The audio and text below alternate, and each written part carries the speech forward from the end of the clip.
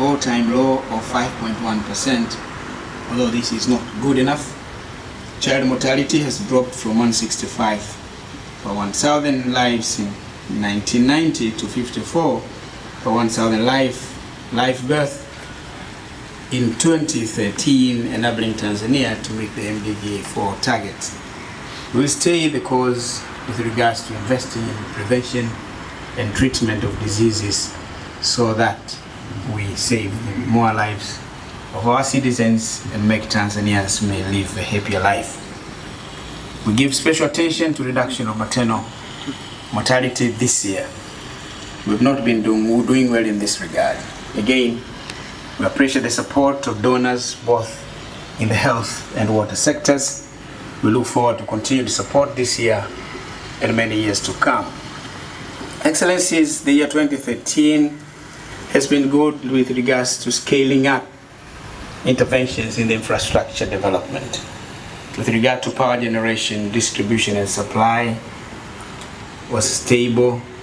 Unlike previous years, there is no power rationing at the moment. Construction of the 542-kilometer gas pipeline from Twara to Songo from Twara and Songo to Dar es Salaam is now well underway and progress is good so far. The construction of power stations at Kinyerezi is at various stages of development. The aim is to complete these power stations before the pipeline reaches Dar es Salaam. As a result of increasing budgetary allocations for rural electrification, already 24% of Tanzanians are connected to electricity. In 2012, the figure was 21%. At the current pace, we believe we may be able to achieve or even surpass the target we've set for ourselves of 30% coverage by 2015. Road construction is going on in every corner of the country. We expect to do more this year. In Dar es Salaam, one of the fastest growing cities in sub-Saharan Africa, we are working hard to widen the existing roads and build new ones to ease traffic jams. We are also in the final stages of concluding phase 1 of the infrastructure for rapid city buses. I'm sure by the end of this year, traffic congestion in Dar es Salaam will be eased to some extent, not much, but we intend to do more in the coming years. I'm optimistic that 2014 will be the year of achieving great success. Presidential Delivery Bureau and ministerial delivery units will be fully operational to follow up on the implementation of programs and projects initiated under the Big Results Now and the strategic projects outlined in the 5-year development plan. We highly appreciate the support of our development partners in the BRN initiative and the establishment of the PDB and MDUs. Excellencies, you recall that in my address to you last year, I mentioned that the constitutional review process was well underway. I'm happy that I have already received the second draft of the Constitution from the Constitutional Review Commission on the 30th of December this year, done on time. This draft will be discussed at the Constituent Assembly to be convened in February. The Assembly will deliberate on the draft and decide on the final Constitution. The Assembly is supposed to complete its work within 70 days, the minimum. If they fail to do that, within 90 days, the maximum. So hopefully, if all goes well by May, we should have a decision made, and we'll have a new draft constitution, new final draft constitution, which will then be taken to the people for their final decision or through a referendum. If all goes according to plan, Tanzanians will have a constitution of their own before the end of 2014. Excellencies, you will agree with me that the year 2014, therefore, is a landmark year in the history of Tanzania, in the history of the people of this great nation. We will get a new constitution made with the full participation of the people. Secondly, we will be celebrating two historic events. The Golden Jubilee of the revolution of of the Zanzibar Revolution and the golden jubilee of the union between Zanzibar and Tanganyika formed the United Republic of Tanzania. I therefore request all of you to pray for the people of Tanzania to meet these expectations with regards to the three historic events. I also would like to take this opportunity to extend to you an invitation to join the people of Tanzania to celebrate the 50th anniversary of the Zanzibar Revolution 2 days from now. And later on the 26th of April to celebrate the 50th anniversary of the birth of the United Republic of Tanzania. Excellencies, last year was an exciting year for the East African community, SADC, the International Conference on the Great Lakes region, and the African Union. Fortunately, Tanzania is a member of all these organizations. Let me hasten to say that we will continue to be faithful members and discharge our duties and responsibilities accordingly in 2014. The African Union, we successfully completed the peer review process of Tanzania. We are now implementing the relevant advice the AU gave to Tanzania.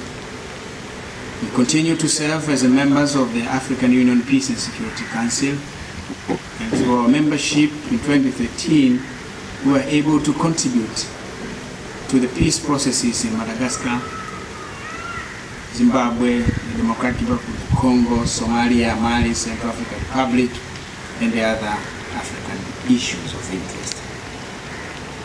In August last year, we handed over the chairmanship of the SADC organ on politics, defense, and security to Namibia after the expiry of our one-year term of leadership.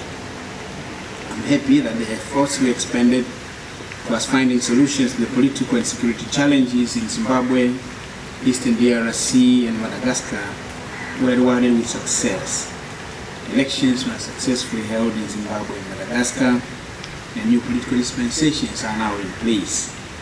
I'm particularly happy that finally in the Eastern DRC there is light at the end of the tunnel after the defeat of the M23 by the Congolese army, assisted or supported by the 4th International Brigade of the United Nations. Tanzania is proud to have had the honor of contributing troops to the 4th International Brigade. Excellencies, we are excited with the progress being made in the East African community. At the last summit, the important decisions were taken with regard to the signing of the protocol on the monetary union, the establishment of the single customs territory, and on the roadmap for the political federation. These three landmark decisions will go a long way towards enhancing the integration agenda of the East African nations. Tanzania promises to remain supportive of these endeavors. We play our part faithfully and dutifully.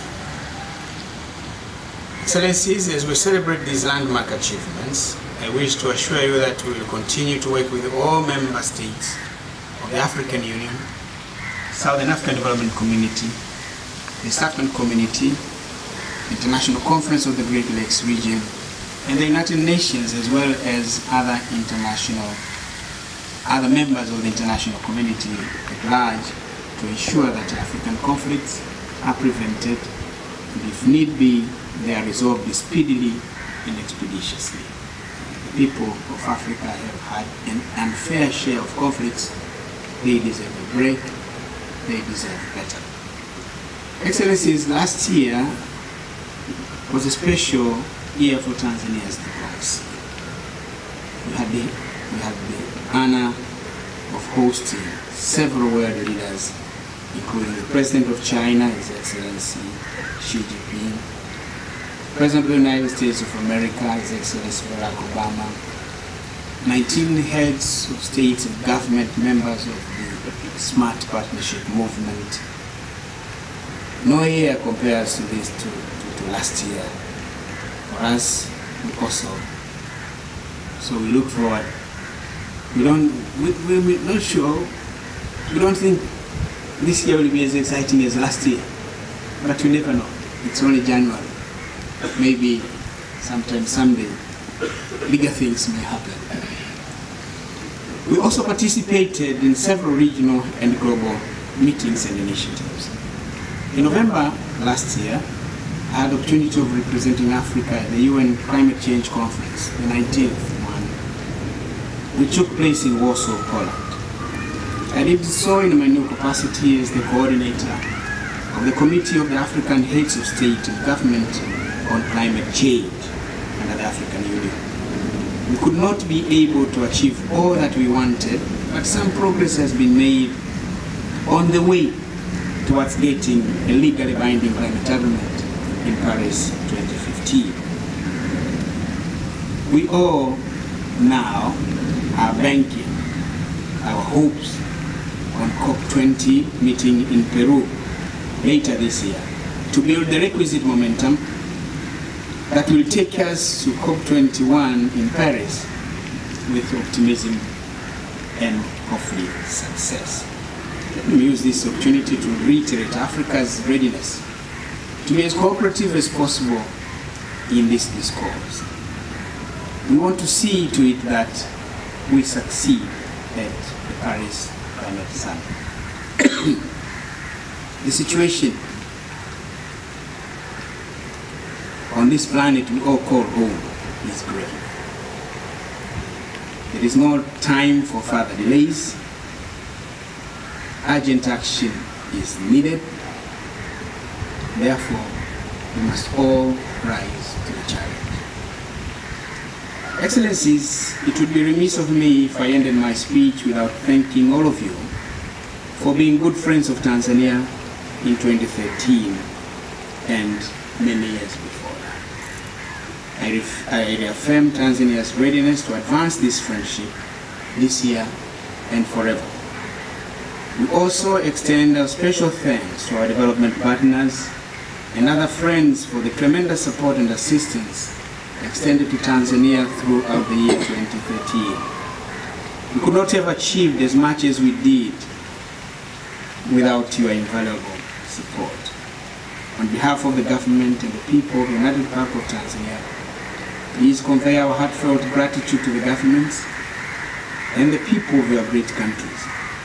Those of you representing regional and multilateral organizations, please convey my very warm words of appreciation to your principal.